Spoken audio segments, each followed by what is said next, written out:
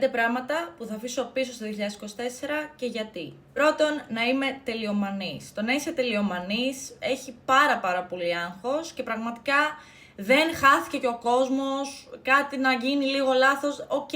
Δεύτερον, να συγκρίνω τον εαυτό μου με άλλους.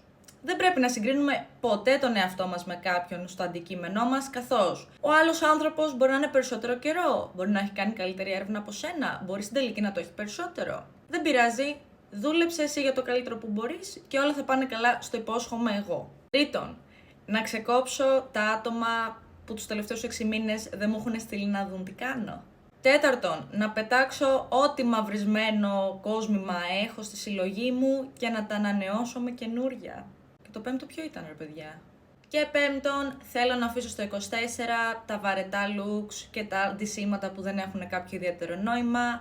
Θέλω να προσπαθήσω να κάνω comfy looks, αλλά ναι να έχουν το κάτι της το ιδιαίτερο. Αυτά, γράψτε μου στα σχόλια τι αφήνεις εσύ πίσω το 24.